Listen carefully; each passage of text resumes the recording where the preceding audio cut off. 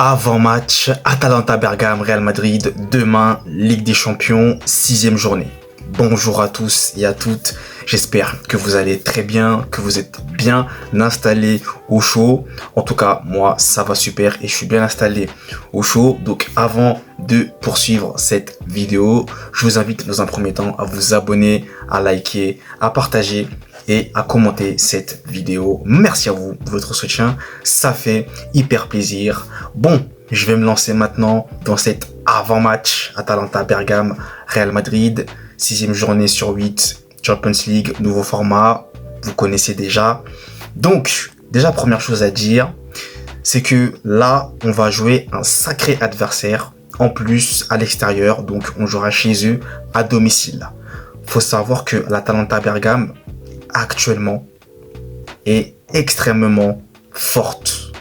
Et donc, eh bien, le Real Madrid qui a du mal, comme vous avez pu le constater, contre les gros cette saison. Je vous rappelle quand même, pour une piqûre de rappel, les scores qu'on s'est pris face aux gros. Le Barça 4-0, le Milan AC à domicile 3-1, Liverpool à l'extérieur 2-0. Donc voilà, on n'est pas non plus parti sur de bons pieds cette saison avec les gros, sans compter notre défaite dernièrement cette semaine c'était mercredi, je sais plus, je crois contre Bilbao, sur le score de 2-1.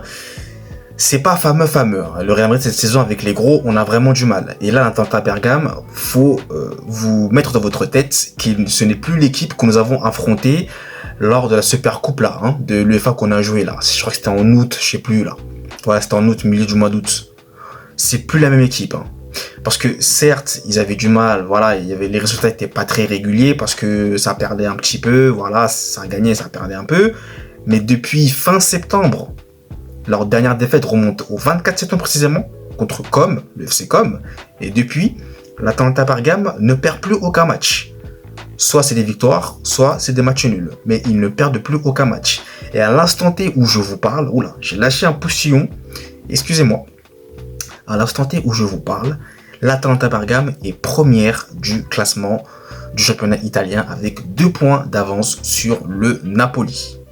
Donc c'est un client très sérieux. Et ils ont les joueurs pour, et notamment leur attaquant, Ademola Lookman. L'inarrêtable Ademola Lookman. Lui, va falloir faire attention à lui. Parce que ce joueur-là est très très bon, très rapide, il est capable de faire des différences. Attention, il marque beaucoup de buts. Va falloir faire extrêmement attention. Après, pour parler du Real, surtout au niveau défensif, ces derniers temps, vous avez vu, je me suis pas trop plaint défensivement du Real. Parce que c'est vrai qu'au début de saison, j'étais un petit peu mécontent de la défense parce que ça m'allait pas du tout. Les performances n'étaient pas très bonnes. C'était compliqué, notamment avec Eder Militao qui actuellement est blessé. Ou je lui souhaite d'ailleurs un très prompt rétablissement. C'est vrai que la connexion Militao-Rudiger c'était un peu complexe. Bon, je suis pas en train de dire que depuis que Eder Militao est plus là, voilà, c'est compliqué, mais pour vous dire que la connexion était un peu complexe. Bon, là depuis, Raúl Asensio est apparu dans nos vies, entre guillemets, au poste de défenseur central. Et depuis, je trouve que la défense du Real Madrid assure bien. C'est très rassurant, c'est plutôt bien. Il y a une complémentarité qui s'est créée entre les deux. Donc ça me rassure, surtout aussi au niveau des buts, avec Thibaut Courtois, qui est capable de sortir des arrêts impressionnants. Donc défensivement, je me dis que je suis quand même assez confiant. Après, il y a quand même toujours des petites failles qu'il va falloir éviter, des détails qu'il va falloir aussi éviter à tout prix.